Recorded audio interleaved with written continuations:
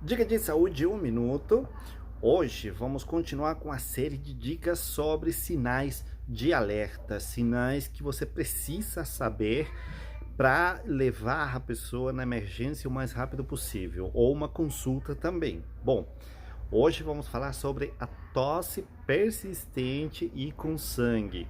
Exatamente. Quando você tem em casa alguém que esteja tossindo persistentemente, é, não é um sinal de alerta, né? Mas é um sinal que precisa de uma consulta. Mas se começa a tossir com sangue, você não pode esperar por uma consulta. Você deve levar num serviço de emergência para começar a investigar o que está acontecendo.